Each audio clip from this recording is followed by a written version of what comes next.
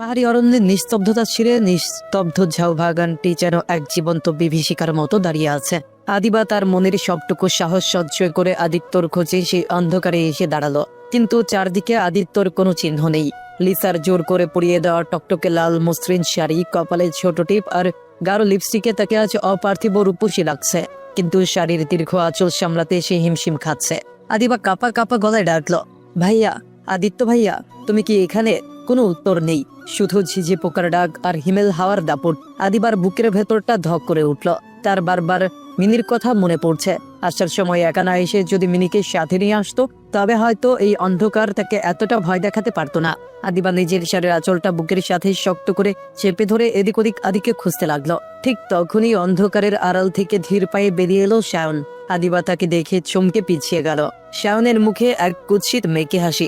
আরে আদিবা, তুমি এত রাতে একা একা এখানে কি করছো? আমি মানে, আরে তুমি ভয় পাচ্ছ নাকি? আদিবা কাপা কাপা গলায় বলল, ভাইয়া, ভাইয়া আমাকে এখানে আসতে বলেছে, কিন্তু ওকে তো কোথাও দেখছি না। আপনি কি আদিত্য ভাইয়াকে দেখেছেন? শায়ন ভাই। শায়ন আরো একটু কাছে ঘেঁষে দাঁড়ালো। তার চোখে এক বিচিত্র লালসা চিকচিক করছে। সে খুব নরম গলায় বলল, আদিত্যকে তো দেখলাম একটু আগে প্রিন্সিপাল স্যারের সাথে কথা বলছে, মনে হয় খুব ব্যস্ত। ও এখন এখানে আসবে কোথা থেকে? না মানে, লিসা আপু বলছিল আদিত্য ভাই নাকি এখানেই আছে। ও আচ্ছা, কিন্তু আমার মনে হয় তুমি একা একা ভয় পাবে, তাছাড়া যে কোনো সময় বিপদ আপদ হতে পারে। পাহাড়ি অরণ্যের নিস্তব্ধতা ছিঁড়ে নির্জন ঝাউ বাগানটি যেন এক জীবন্ত বিভীষিকার মতো দাঁড়িয়ে আছে। আদিবা তার মনেরই সবটুকু সাহস সঞ্চয় করে আদিত্যর খোঁজে সেই অন্ধকারে এসে দাঁড়ালো, কিন্তু চারদিকে আদিত্যের কোনো চিহ্ন নেই। লিসার জোর করে পরিয়ে দেওয়া টকটকে লাল মসৃণ শাড়ি, কপালে ছোট টিপ আর গাঢ় লিপস্টিকে তাকে আজ এক অপার্থিব রূপসী লাগছে, কিন্তু শাড়ির দীর্ঘ আঁচল সামলাতে সে হিমশিম খাচ্ছিল। আদিবা কাপা কাপা গলায় ডাকলো, ভাইয়া, আদিত্য ভাইয়া, তুমি কি এখানে? কোনো উত্তর নেই, শুধু ঝিঝি পোকার ডাক আর হিমেল হাওয়ার দাপট। আদিবার বুকের ভেতরটা ধক করে উঠল।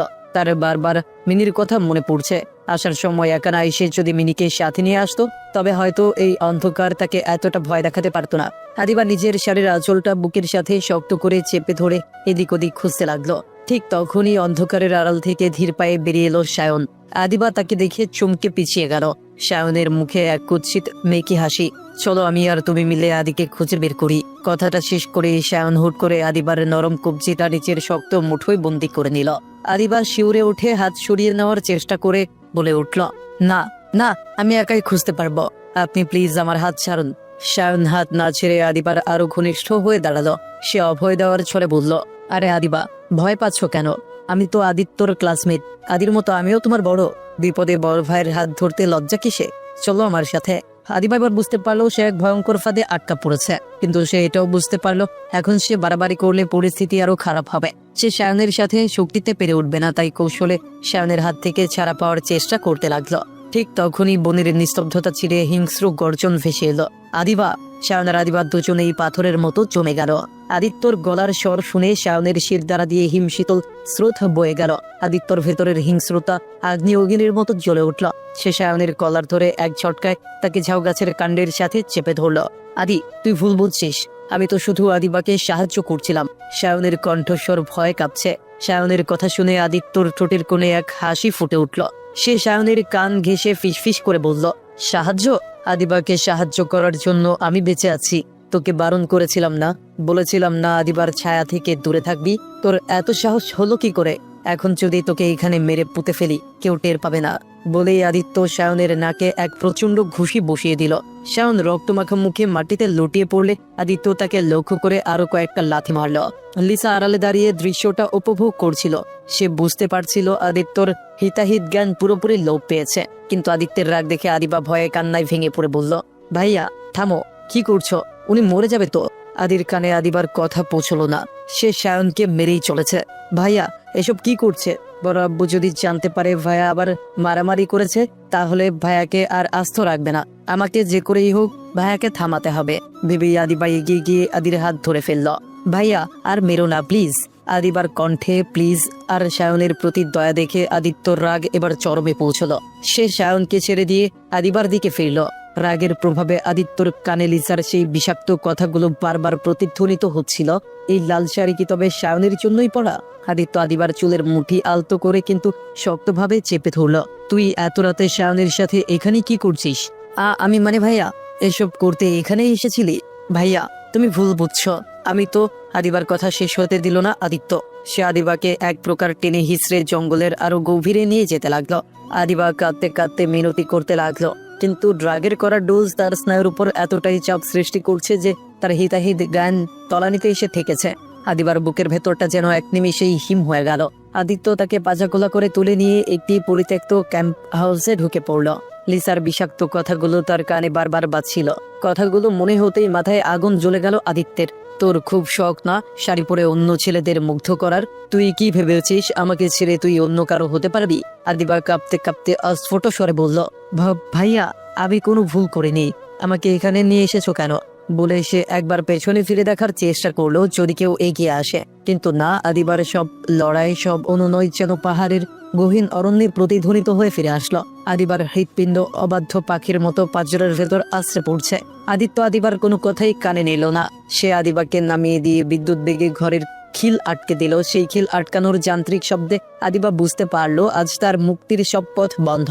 সে কান্নায় ভেঙে পড়ে বলল, ভাইয়া আমাকে মেরো না প্লিজ। আমি কথা দিচ্ছি কাল সকালে বাড়ি চলে যাব। আমাকে যেতে দাও ভাইয়া, আমি আর কখনো তোমার কথার অবাধ্য হব না, কসম। আদিত্য আদিবার দিকে ধীর পায়ে এগিয়ে আসতে লাগলো। তার চোখে এক অসুস্থ জেদ আর নেশার ঘোর। সে দাঁতে দাঁত চেপে বলল, বাড়ি যাবি? এখন মনে পড়েছে বাড়ি যাওয়ার কথা? তুই যখন আমার হাজার বারণ সত্ত্বেও এখানে আসার সাহস দেখিয়েছিস তখন ভাবিসনি আমি কি করতে পারি? তুই আমাকে বাধ্য করছিস আদিবা। আমি তোকে আজ ছাড়বো না। পরিত্যক্ত স্টোরুমের কোণে ধুলো জমা আসবাবের ভ্যাবসা গন্ধ নাকে আসছে। আদিত্য এক ঝটকায় আদিবার দুই হাত দেয়ালের সাথে শক্ত করে চেপে ধরল। তার আঙুলগুলো আদিবার নরম কবজিতে নিষ্ঠুরভাবে বসে যাচ্ছে। আদিবা আপ্রাণ ছটফট করছে নিজেকে ছাড়ানোর জন্য, কিন্তু আদিত্যর দানবীয় শক্তির সাথে পেরে উঠল না। আদিত্যর উত্তপ্ত নিঃশ্বাস আদিবার নাকে মুখে আশ্রে পড়ছে। তার চোখ দুটো তখন এক অস্বাভাবিক উন্মাদনায় চলছে। আদিত্য হাঁপাতে হাঁপাতে বিষাক্ত গলায় বলল, আদিবা তুই তো জানিস আমি যা চাই তা আদায় করেই ছাড়ি। তাই এখন আমি যা করতে চলেছি তা আমি করবই। তুই বাধা দিলেও করব, তাই প্লিজ বাধা দিয়ে নিজের কষ্ট বাড়াস না। আদিবা ভয়ে সিটিয়ে গিয়ে কাপা গলায় প্রশ্ন করলো, কি করবে মানে? কি করবে ভাইয়া? আদিত্যর ঠোঁটের কোণে এক পৈশাচিক হাসি ফুটে উঠল। সে আদিবার খুব কাছে মুখ নিয়ে ফিস ফিস করে বলল, সেটা না বোঝার মতো বোকা তো তুই নোস। তাছাড়া যা করব তা তো একটু পরেই দেখতে পাবি আর অনুভবও করতে পারবি। আমি কথা দিচ্ছি আদিবা, এই অনুভূতি তুই সারা জীবনেও ভুলতে পারবি না। বলে আদিত্য আদিবার শাড়ির আঁচলের দিকে হাত বাড়ালো। আদিবা মুহূর্তের মধ্যে আঁচলটা নিজের বুকে দুই হাতে ঝাপড়ে ধরে গগন বিদারী চিৎকার করে উঠল, না ভাইয়া থামো, তুমি এমন কিছু করতে পারো না। আমি তোমার বোন হই। আদিবার এই করুণ আর্তনাদে পুরো ঘর যেন কেঁপে উঠল, কিন্তু আদিত্যর পাথরি হৃদয়ে তা বিন্দুমাত্র টলল না, বরং তার চোখ দুটো যেন আরো বেশি অন্ধকার লাল সে ভরে উঠল। আদিত্যর চোখ টকটকে লাল আর অস্বাভাবিক আচরণ আদিবাকে আষ্টে পৃষ্ঠে এক অজানা আতঙ্কে জড়িয়ে ধরেছে। আদিবার চোখে জল টলমল করছে। সে কোনো মতে নিজেকে সামলে নিয়ে মিনতি করল, আদিত্য ভাইয়া প্লিজ, তুমি এমন কিছু করতে পারো না। আমি তোমার ছোট বোন হই, তুমি আমার ভাইয়া। এটা ঠিক না, তুমি এমন কেন করছো? আদিত্যর কণ্ঠে তখন এক অদ্ভুত নিস্তব্ধতা, কিন্তু চোখে ঘোর উন্মাদনা। সে আদিবার দিকে এক পা এগিয়ে এসে ভারী গলায় বলতে লাগলো, আদিবা আমি চাই না অন্য কেউ তোর কাছে আসুক, তুই শুধু আমার, বুঝলি? এই পিকনিক, এই বন্ধুদের সঙ্গে ঘোরাঘুরি, এইসব আমার পছন্দ না। কেউ যদি তোর সাথে খারাপ কিছু করে বসে আমি বাঁচবো না, তুই শুধুই আমার। আদিত্যর হাত এখন আদিবার কাঁধের কাছে। আদিবা পিছিয়ে যাওয়ার চেষ্টা করলেও তার পিঠ দেয়ালে ঠেকে গেছে। আদিবা কাঁপতে কাঁপতে বলল, ভাইয়া তুমি এমন ভাবে কথা বলছো কেন? আমি তো তোমার অবাধ্য হতে চাইনি, প্লিজ আমাকে ছেড়ে দাও, আমি সকালেই বাড়ি চলে যাব। কিন্তু আদিত্যর হিংস্র স্বরে বলল, আজ কান্না দেখিয়ে আমাকে ঠকাতে পারবি না। আজ তোকে পুরোপুরি আমার করে নিব, এরপর আর কেউ তোর কাছে আসবে না। আদিত্য যখন আদিবার উপর ঝুঁকে পড়লো, আদিবা আর্তনাদ করে উঠল, ভাইয়া তোমার কি হয়েছে? তুমি এমন করছো কেন? আমি তোমার বোন। আদিবার দেয়ালের সাথে মিশে গিয়ে অনুনয় করল। আদিত্য তার শার্টের বোতাম খুলতে খুলতে আদিবার খুব কাছে এগিয়ে এলো। তার তপ্ত নিঃশ্বাস আদিবার নাকের মুখে আশ্রে পড়ছে। সে আদিবার লাল শাড়ির আঁচলটা মুঠোর মধ্যে নিয়ে পৈশাচিক স্বরে বলল, বোন? বোন হলে আমার কথার অবাধ্য হয়ে এই শাড়ি পরে অন্য পুরুষের কাছে আসতি না। তুই আমাকে বাধ্য করেছিস আদিবা। আজ তোকে এমন ভাবে নিচের করে নিব যে কাল থেকে অন্য কোনো পুরুষের দিকে তাকানোর কথা ভাবলেও তোর আত্মা কেঁপে উঠবে। আদিবা কান্নায় চিৎকার করতে চাইল, কিন্তু আদিত্য তার মুখে নিজের শক্ত হাতের তালু দিয়ে চেপে ধরল। ড্রাগের প্রভাবে আদিত্যর ভেতরে থাকা অবদমিত পৈশাচিক ইচ্ছা আর সন্দেহ আজ এক ভয়ঙ্কর রূপ নিয়েছে। আদিবা আপ্রাণ চেষ্টা করলো নিজেকে ছাড়ানোর, কিন্তু আদিত্যর দানবীয় শক্তির সাথে সে পেরে উঠল না। আদিত্য আদিবার লাল শাড়ির আঁচল ছিঁড়ে তার হাত দুটো বেঁধে ফেলল। তার চোখ দিয়ে তখন যেন আগুনের লাফা ছড়ছে। সে আদিবার কানের কাছে গিয়ে ফিসফিস করে বলল, আজ থেকে তুই শুধুই আমার। আজ তোর এই পবিত্রতার দেয়াল আমি নিজের হাতে ভেঙে দিব। এখন আর তুই আমাকে ছেড়ে কারো কাছে যেতে পারবি না। আজ রাতে তুই বুঝবি আদিত্য চৌধুরী যাকে ভালোবাসে তাকে কিভাবে নিজের করে রাখে। আদিত্য আদিবার ওপর ঝাঁপিয়ে পড়ল। আদিবা আপ্রাণ চেষ্টা করলো নিজেকে বাঁচাতে, কিন্তু আদিত্যর উন্মাদনার কাছে সে নিস্তেজ হয়ে পড়ল। রাগের ঘরে আদিত্য হৃদয় জ্ঞানশূন্য হয়ে আদিবার উপর তার সমস্ত রাগার নিষিদ্ধ অধিকার উগরে দিল। আদিবার কান্নায় রাতের নিস্তব্ধতা কেঁপে উঠল, কিন্তু সেই জরাজীর্ণ ঘরের দেয়ালে লেগে সব চিৎকার ফিরে আসতে লাগলো। কিন্তু নিশার ঘরে থাকা আদিত্যর কাছে সেই কান্না ছিল কেবল এক উন্মাদনার রসদ। সে আদিবার সম্মান কেড়ে নিয়ে তাকে নিজের এক নিষিদ্ধ শৃঙ্খলে আবদ্ধ করে ফেলল। অনেকক্ষণ পর যখন ঘরের ভেতর একটা শ্মশান নীরবতা নেমে এলো, আদিত্য আদিবার কানের কাছে মুখ নিয়ে হাঁপাতে হাঁপাতে বলল, আজ থেকে তুই শুধুই আমার। আজ থেকে তোর শরীরে কেবল আমার নাম লেখা থাকবে। এখন আর তুই আমাকে ছেড়ে কোথাও যেতে পারবি না আদিবা। আজ থেকে তুই কেবল আদিত্য চৌধুরীর হয়েই বেঁচে থাকবি। আদিবা বিধ্বস্ত অবস্থায় ঘরের এক কোণে পড়ে রইল। তার চোখ দিয়ে অনর্গল জল গড়িয়ে পড়ছে।